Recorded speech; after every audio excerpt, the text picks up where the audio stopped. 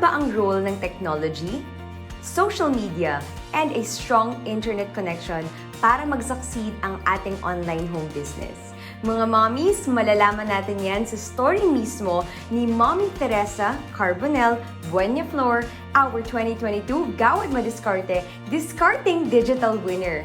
I know this is so exciting for everybody, but first, do click like, share, and subscribe for more educational, entertaining, and inspiring videos which can also help you boost your own online home business. At syempre, iniimbitahan namin kayo mga mommies to join our thriving community of mompreneurs at Madiskarte Moms PH on Facebook.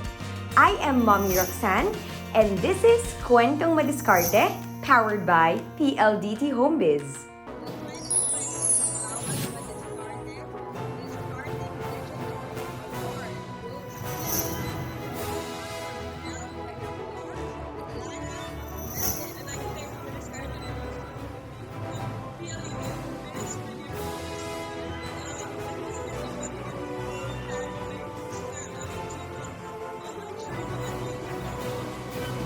Mommy Teresa truly maximized the power of technology and a strong internet connection para ma-level up niya at matransform pa ang kanyang online home business. Nagsimula na siya panahon pa lang ng Friendster, and now she was able to maximize the use of Facebook para mas aralin niya ang kanyang mga consumers in terms of their needs and their behavior. And this is also her chance to grow her market.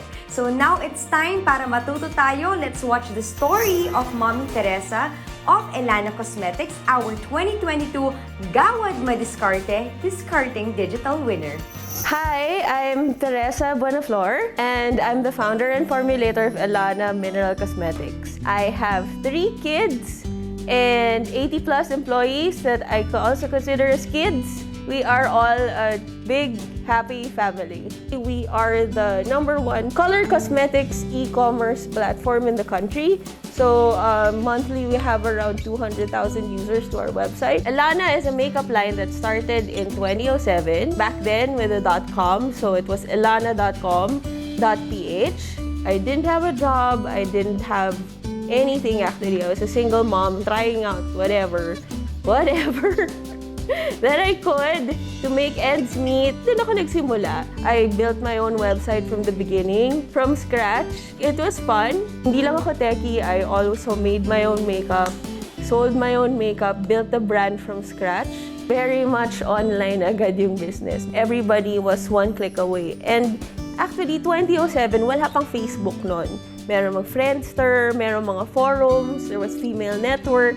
So that was kind of how I started.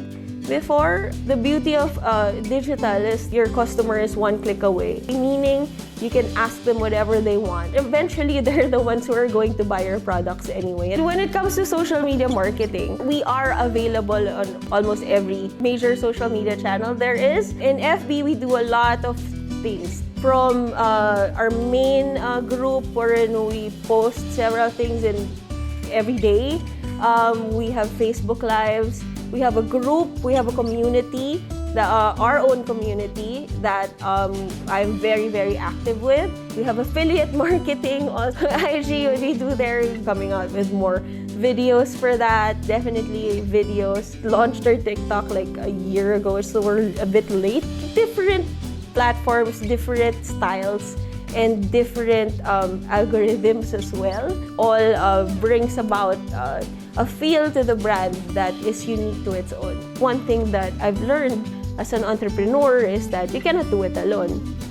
Really. And try not to. Kasi it's gonna make you baliw. Really. If you even try to. You know, you have to find people na makakadamay mo. You have to find people who will work with you and would go through this journey with you. In every part of your journey, it's nice to keep in touch with people who can share your plight with you. Ako ay may Discarding Digital because we are just one click away.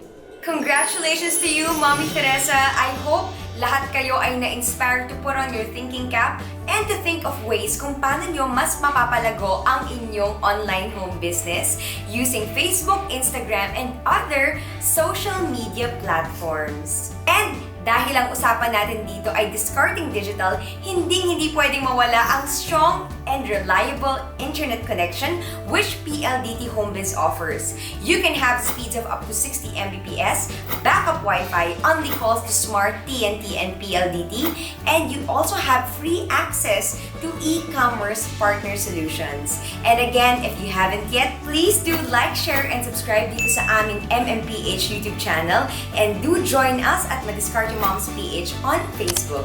I am Mommy Roxanne, and this is Kwentong Madiskarte.